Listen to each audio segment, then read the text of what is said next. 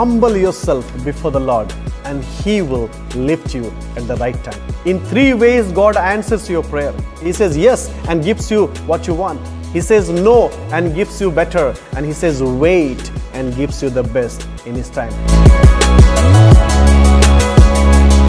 आइए इससे पहले कि हम परमेश्वर के वचन को सुने, बाइबल को अपने हाथ में ले लेंगे और मेरे साथ बोले, ये मेरी बाइबल है, इसमें जो लिखा वो सत्य है, इसमें जो लिखा वो मैं हूं, इसमें जो लिखा वो मैं कर सकता हूं। आज मैं परमेश्वर का वचन सुनूंगा और मैं कहता हूं मेरा जीवन बदलने के लिए तैयार है। Praise the Lord. मुझे आशा है कि आपने बहुत अच्छे से क्रिसमस मनाया। अब हम नए साल में प्रवेश कर रहे हैं और बहुत सारे लोग अपने डायरी और पेन ले लिए होंगे, क्योंकि आपको नए साल रेजोल्यूशन बनाना है, आपको नए लक्ष्य रखने हैं, आपको लिखना है कि आप नए साल में क्या क्या प्राप्त करना चाहते हैं, किन किन बातों को अपने जीवन से छोड़ना चाहते हैं और किन किन बातों को अपने जीवन में अपनाना चाहते हैं। तो अक्सर मैंने सुना है और मैं भी करता हूं, क्रिसमस के बाद और 1 जनवरी से पहले बहुत सारी चीजें हम लिखते हैं, और खासकर 30 और 31 दिसंबर को नए साल आने से पहले, उसे हम नए साल रेजोल्यूशन कहते हैं कि इन बातों पर मेरा ध्यान रहेगा और ये सारी चीजें मैं अपने लिए, ये मेरे परिवार के लिए, मेरे कलीसिया के लिए, अपने व्यक्तिगत जीवन में मैं प्राप्त करना चाहता हूं। Priority is important. तो मैं आज जो विषय आपको बताने जा रहा हूं वो है न्यू ईयर प्रायोरिटीज। नए साल में एक मसीह का क्या प्रायोरिटी होना चाहिए, एक क्रिश्चियन का क्या प्रायोरिटी होना चाहिए। New year priority. इस दुनिया में सब कुछ बदल रहा है और हमें नहीं मालूम है कि हम कब तक रहेंगे। कुछ भी परमानेंट नहीं है, लेकिन इस बदलते युग में कई बार हम जो है इतने व्यस्त हो जाते हैं कि जो इम्पोर्टेंट चीज है उससे हमारा ध्यान भटक जाता है, या इम्पोर्टेंट चीज है उस पर हम समय नहीं दे पाते हैं, और जो अर्जेंट है उसी के पीछे भागते रहते हैं।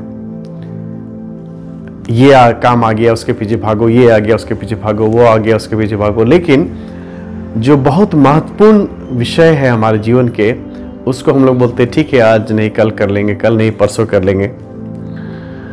हम सब के पास सिर्फ एक दिन में 24 घंटे हैं, और 24 घंटे हम कैसे इस्तेमाल करते हैं ये डिपेंड करता है कि हमारा लाइफ कितना डिसिप्लिन है। कुछ लोग जो है उनका जीवन जानवरों से ज्यादा अलग नहीं है। जैसे जानवर को नहीं मालूम है कि सुबह उठ के ब्रश करना है, या अपने डायरी देखना है, टू डू लिस्ट देखना है, आज डायरी में क्या क्या मीटिंग है। तो उसी प्रकार बहुत सारे लोगों का जीवन होता है, और मैंने कई मसीहों को भी देखा है, उनको पता नहीं जीवन में क्या करना है। सुबह उठते हैं क्यों? क्योंकि दूसरों ने उठा दिया। फिर क्या करना है? कुछ भी देखते हैं क्या करना है, फिर नाश्ता किए, फिर पता नहीं लंच का इंतजार कर रहे हैं, और इसी तरह शाम हो जाता है, शाम को गए मार्केट घूम के आए और डिनर हो गया। उनको पता भी नहीं कि वो कुछ प्राप्त भी किए कि नहीं। और अक्सर ये ऐसा होता है कि उनका जीवन जो है नॉन प्रोडक्टिव हो जाता है। मैं आज आपको उत्साहित कर रहा हूं कि आप अपने जीवन को ऐसा मत बनाइए। आप अपने जीवन को महत्व दीजिए, और जो समय आपको मिला है उसका सही उपयोग अगर आप करेंगे तो आप और आपका परिवार सुखी रहेगा। बाइबल में मत्ती रचित सुसमाचार और उसका 33 पद आप निकाले।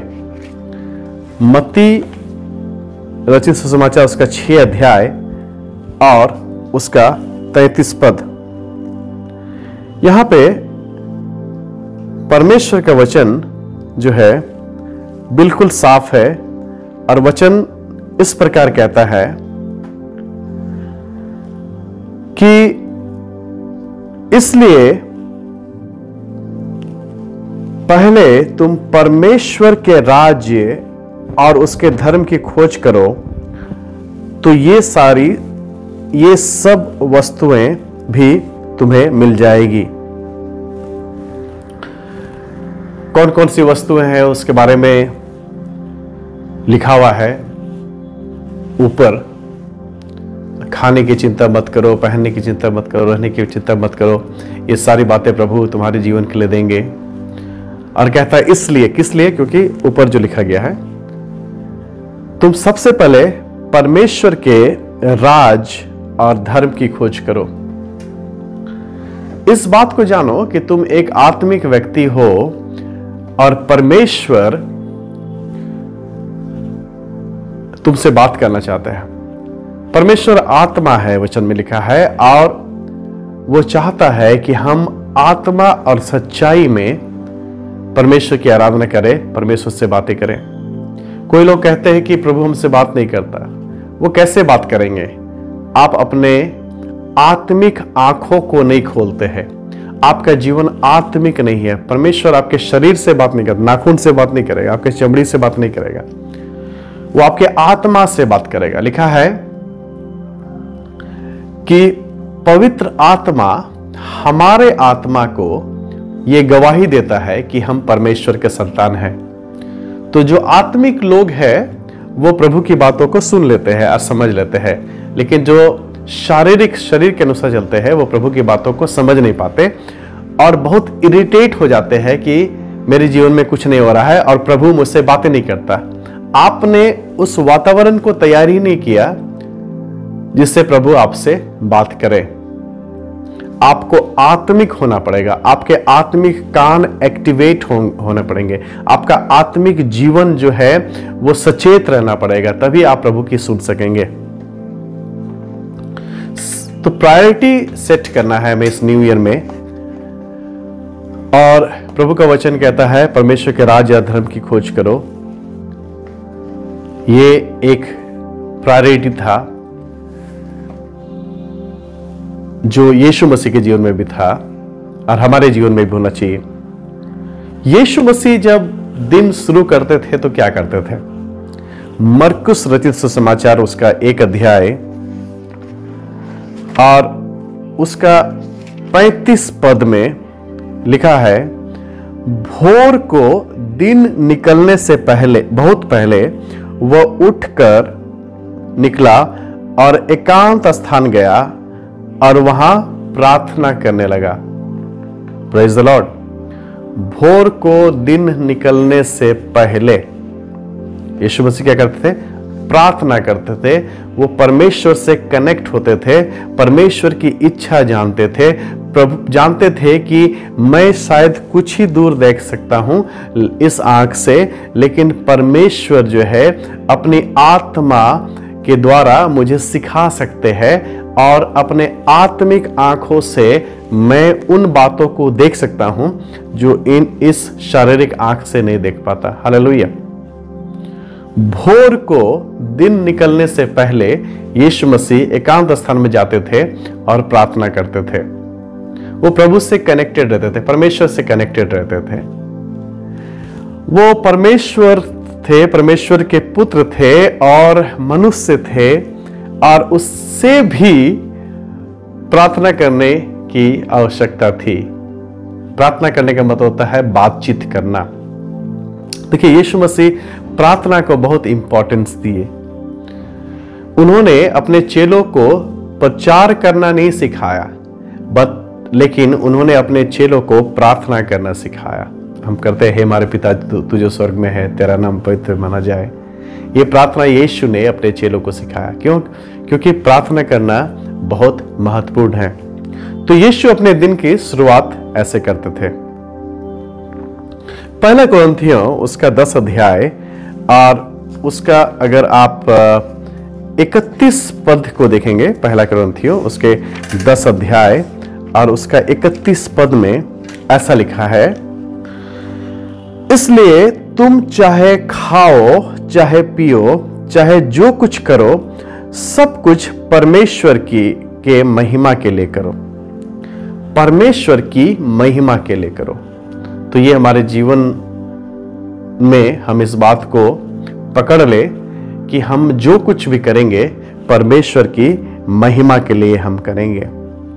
हमने कुछ एक वचन देखा, seek ye first the kingdom of God, सबसे पहले परमेश्वर के राज्य या धर्म की खोज करो, ये सारी वस्तु तुम्हारे पास आ जाएगी, तुम्हें मिल जाएगी। और यहां पर हम देखते हैं कि चाहे खाओ चाहे पियो चाहे जो कुछ करो, सब कुछ परमेश्वर की महिमा के लिए करो। हालेलुया। मैं आपको एक 3 मुख्य बात बताऊंगा जो आपको इस नए साल में जीने के लिए एक रास्ता दिखाएगा और आपको ऊर्जा देगा ताकि आप अपने जीवन को सही ढंग से इस नए साल में चला सके और आपका ये पूरा साल प्रोडक्टिव साल होने पाए, आपका परिवार भी आगे बढ़ने पाए। इस बात को सोचकर मैंने 3 मुख्य बात जो है तैयार की है आपको बताने के लिए कि नए साल में एक मसीह का क्या प्रायोरिटी होना चाहिए, किन किन बातों पर सबसे ज्यादा उन्हें महत्व देना चाहिए। नंबर 1, वर्शिप, आराधना। एक मसीह का बहुत ऊंचा प्रायोरिटी होना चाहिए वर्शिप करना, परमेश्वर की आराधना करना। और वचन हमें सिखाता है, यदि आप देखेंगे इब्रानियों उसका 10 अध्याय और उसके 22 पद में ऐसा लिखा है, तो आओ हम सच्चे मन और पूरे विश्वास के साथ और विवेक का दोष दूर करने के लिए हृदय पर छिड़काव लेकर और देह को शुद्ध जल से धुलवाकर परमेश्वर के समीप जाए। Let us draw near to God। परमेश्वर के समीप जाए। परमेश्वर के समीप जाना बहुत ही महत्वपूर्ण है। आओ हम परमेश्वर के समीप जाए, परमेश्वर के उपस्थिति में जाए, परमेश्वर को पुकारे, परमेश्वर को जाने, परमेश्वर की इच्छा को समझे। यह आपको बिजी लाइफ में नहीं मिलेगा। यह वचन सिखाता, आओ हम अपने आप को शुद्ध कर कर परमेश्वर के उपस्थिति में जाए। वर्शिप करना बहुत इंपॉर्टेंट है, क्योंकि आराधना करने से, वर्शिप करने से हम परमेश्वर के निकट जाते हैं, उनके सिंहासन के उपस्थिति में आ जाते हैं। हालेलुया। इब्रानियों 10:25 में ऐसा लिखा है, और एक दूसरे के साथ इकट्ठा होना ना छोड़े, जैसे कि कितनों की रीति है, पर एक दूसरे को समझाते रहे, और ज्यों ज्यों उस दिन को निकट आते देखो, त्यों त्यों और भी अधिक यह क्या करो। Let us not give up meeting together। हमको मालूम है कि कोरोना काल में जो है लोग एक दूसरे से मिलना बंद कर दिए थे, क्योंकि ऐसा प्रोटोकॉल था। और जब खत्म भी हो गया कोरोना, फिर भी लोग जो है एक दूसरे से नहीं मिलते हैं। लेकिन यहां पे वचन हमें सिखाता है कि एक दूसरे के साथ इकट्ठा होना ना छोड़े, एक दूसरे के साथ मिलना जुलना ना छोड़े। अभी जो है हमारा जीवन जो है सिर्फ अपने फैमिली पर सेंटर्ड हो गया है। बहुत सारे परिवार जो अपार्टमेंट्स रहते हैं, बड़े बड़े शहरों में रहते हैं, मेट्रोस में रहते हैं, उनको मालूम भी नहीं कि उनके नेबर कौन है और क्या करते हैं, या उनके यहां क्या तकलीफ है। अपने जॉब में जाते हैं ये लोग, वापस आ जाते हैं, बाद में पता चलता है कि अरे किसी के यहाँ डेथ हो गया था, जब लोग दिखते नहीं है। तो बहुत मुश्किल है ये जीवन जो है। बहुत हम ऐसे समय पे गुजर रहे हैं जहां हमें दूसरे की परवाह नहीं है, या करना भी चाहते हैं तो शायद समय नहीं है। और हम क्या करते हैं, गिव अप कर देते हैं, अपना सोशल लाइफ को खत्म कर देते हैं, लोगों से मिलना जुलना बंद कर देते हैं। यहां पे लिखा है कि एक दूसरे के साथ इकट्ठा होना, मिलना जुलना, संगति जो है मत छोड़ो। और जैसा जैसा अंत समय आ रहा है, जैसे जैसे डिफिकल्ट समय आ रहे हैं, और भी मिलो ताकि एक दूसरे को उत्साह करो। बहुत लोगों ने छोड़ दिया है संगति करना, और इसलिए वो लोग डिप्रेशन में चले गए हैं, शैतान के चंगुल में फंस गए हैं, अपने जीवन को समाप्त कर दिए हैं और करने के कगार में लगे हुए हैं।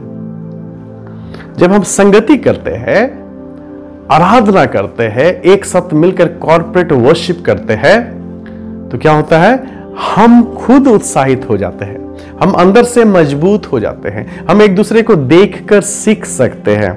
इसलिए वचन में लिखा हुआ है कि एक दूसरे के साथ संगति करो और परमेश्वर की आराधना करो। सो पहला प्रायोरिटी हमारा होना चाहिए, we have to worship the lord. अपने लिए समय निकाले, आप और परमेश्वर के बीच में समय होना चाहिए। डेली वर्शिप करें, डेली डिवोशन करें, डेली प्रार्थना करें, ये आपको मजबूती देगा। डेली मीन्स डेली, 5 मिनट ही, 10 मिनट ही, 15 मिनट ही, 1 घंटा परमेश्वर के समक्ष बिताए।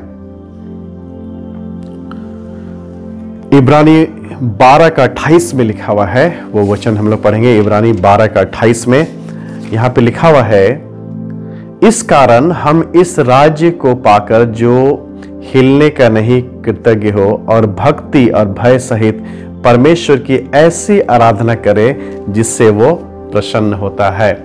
परमेश्वर की ऐसी आराधना करें जिससे वो प्रसन्न होता है। यानी कि बहुत सारे आराधना से परमेश्वर प्रसन्न नहीं होता है, क्योंकि हम शायद पूरे मन पूरे दिल से नहीं करते होंगे। हमें परमेश्वर की आराधना करनी है। दूसरी बात जो है वो है इंपॉर्टेंट है, वो है वर्क। वर्शिप तो करना है, सेकेंड प्रायोरिटी न्यू ईयर में कीजिए, वो है वर्क। हमें काम करना है। एक बार एक व्यक्ति जो है, उसके बॉस ने पूछा कितने देर से यहां पे काम कर रहे हो? उसने बोला, बॉस मैंने सुना कि आप आ रहे हैं तो मैंने काम स्टार्ट कर दिया। वैसा नहीं, जब प्रभु आपको नहीं देख रहे हैं, जब आपका बॉस आपको नहीं देख रहा है, फिर भी आपको काम करना है। आपको मोटिवेट होना चाहिए कि आप परमेश्वर के लिए भी काम करें, अपने लिए करें, सब कुछ करें। जो रील बनाए है ना, इंस्टाग्राम में, फेसबुक में बनाए, ठीक है, कोई बात नहीं, लेकिन सेल ग्रुप में भी जाए, कॉटेज मीटिंग में भी जाए, चर्च में भी फेथफुल रहे, और वही कम्युनिकेशन से अपनी गवाही दूसरों को भी बताए। जब आप रील बना सकते हैं और अपना चेहरा दिखाने के लिए, अपना लिपस्टिक दिखाने के लिए और अपने आंखों को दिखाने के लिए इतनी चीज करते हैं, तो वही रील को आप प्रभु के वचन को फैलाने के लिए भी कर सकते हैं। लेकिन कई बार हम क्या करते हैं कि सबके लिए हमारे पास समय है, लेकिन परमेश्वर के कार्य करने के लिए हमारे पास समय नहीं है। सेल ग्रुप जाने के लिए समय नहीं है, कलीसिया जाने के लिए समय नहीं है, और हम उसको प्रायोरिटी नहीं देते हैं। हम जो है वर्क जो है परमेश्वर के कार्य को करने के लिए हमारे पास समय नहीं है।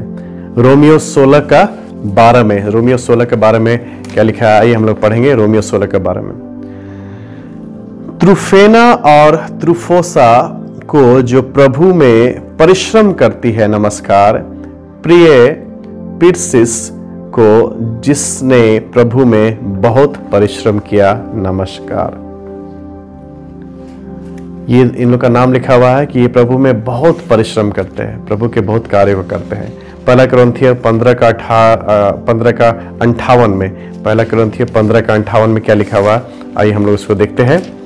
15:58 में लिखा है, इसलिए हे मेरे प्रिय भाइयों, दृढ़ और अटल रहो और प्रभु के काम में सर्वदा बढ़ते जाओ, क्योंकि ये जानते हो कि तुम्हारा परिश्रम प्रभु में व्यर्थ नहीं है। लिखा प्रभु के काम में सर्वदा बढ़ते जाओ। बढ़ते जाना है, हमें बढ़ते जाना है, छोड़ना नहीं है, कम नहीं होना है, बढ़ते जाना है, बढ़ते जाना है। बहुत इंपॉर्टेंट है, प्रभु के काम में आगे बढ़ते जाना है। प्रार्थना करते में बढ़ते जाओ, डिवोशन करने में बढ़ते जाओ, बाइबल पढ़ने में बढ़ते जाओ, अपनी गवाही देने में बढ़ते जाओ, दान देने में बढ़ते जाओ, सुसमाचार प्रचार करने में बढ़ते जाओ। प्रभु के काम में सदा बढ़ते जाओ, क्योंकि ये जानते हो कि तुम्हारा परिश्रम प्रभु में व्यर्थ नहीं है। हमें थोड़ा सा अपना हृदय जो है को डिसिप्लिन करना है, अपने जीवन को डिसिप्लिन करना है कि ये मेरा और आपका काम है कि हम लोग प्रभु के काम को भी करें। प्रभु ने जो आपके जीवन में किया है, तो आप भी उस आशीष को लेकर काम करें, अपने लिए काम करें, अपने परिवार के लिए काम करें, जॉब जाए वो सब ठीक है, लेकिन प्रभु के काम को भी करें। रोमियो 12:11 में क्या लिखा है, आइए हम लोग इसको पढ़ेंगे। ये 12:11 में लिखा है कि प्रयत्न करने में आलसी ना हो, आत्मिक उन्माद में भरे रहो, प्रभु की सेवा करते रहो। प्रयत्न करने में आलसी मत बनो, आलसी नहीं बनने के लिए कह रहा है।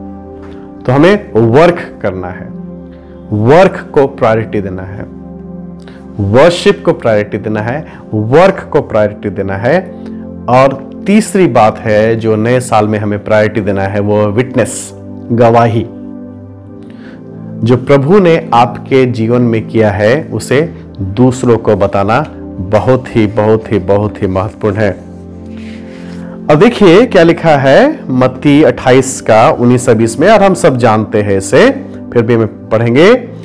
इसलिए तुम जाओ और सब जातियों के लोगों को चेला बनाओ और उन्हें पिता और पुत्र और पवित्र आत्मा के नाम से बपतिस्मा दो, और उन्हें सब बातें जो मैंने तुम्हें आज्ञा दी है मानना सिखाओ, और देखो मैं जगत के अंत तक तुम्हारे संग हूं। प्रभु का ये जो है महान जो है आज्ञा है, अंतिम आज्ञा है जो प्रभु ने चेलों को दिया है, उनके मानने वालों को दिया है कि इसलिए जाओ और सब जाति के लोगों को चेला बनाओ। क्रिश्चियन बनाओ नहीं, यहां पे धर्म परिवर्तन के बारे में नहीं लिखा हुआ, कन्वर्जन के बारे में कुछ नहीं लिखा हुआ, यहां पे लिखा चेला बनाओ। प्रभु ने जो सिखाया है दूसरों को सिखाओ और उनका जीवन परिवर्तन होगा। उन्हें बपतिस्मा दो पिता पुत्र और पवित्र आत्मा के नाम से, और देखो मैं जगत के अंत तक तुम्हारे संग हूं, जगत के अंत तक तुम्हारे संग हूं। प्रभु उन्हीं के संग रहते हैं जो गवाही देते हैं, विटनेस करते हैं। बहुत सारे लोग सोचते हैं मेरे साथ प्रभु नहीं है, प्रभु आपके साथ कैसा रहेगा? प्रभु जाने वालों के संग रहता है। Therefore गो, जाओ, जो जाते हैं प्रभु के नाम से, प्रभु के काम से, उनके साथ ही प्रभु रहता है। आप जा ही नहीं रहे, जाना स्टार्ट कर दीजिए, आप देखिएगा आपके जीवन में कैसा प्रभाव लाते हैं प्रभु। पौलुस बोलता है मैं सुसमाचार से नहीं लजाता, क्योंकि ये परमेश्वर का सामर्थ है। आप भी मत लजाइए।